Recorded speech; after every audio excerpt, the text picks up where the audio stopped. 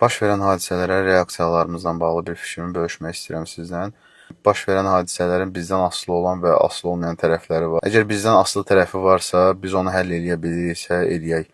Xeyr, edə bilmiriksə artıq, burada emosional yanaşmaq ən yanlış seçimdir. Tıxaca düşürsən, harasa gecikirsən. Bu səndən asılı bir şey deyil. Əgər bunu daha öncə düşünüb, deyək ki, metrodan istifadə edib daha tez çata biləcəydinsə və eləmədinsə bunu da artıq düşünməmək lazımdır. Çünki biz gündə nə qədər özümüzü günahlandırırıqsa, bir o qədər beynimiz artıq fikirlərlə dolmağa başlayır. Və bu fikirlərlə dolan beyin artıq hər hansısa bir məsələni həll eləməyə yönəlmir, yalnız və yalnız fikir seçməyə yönəlir. Misal kimi idmanla məşğul olan şəxs gündəlik bunu idmanla məşğul olduğu halda əzələ kütləsi artır və yaxud bədən daha da sağlamlaşır.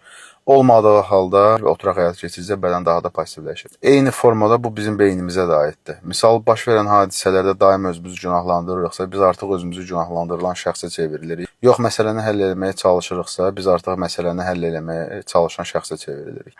Yaponlarda belə bir atalar sözü var. Əgər problem varsa və onun həlli varsa, demək ki, problem yoxdur.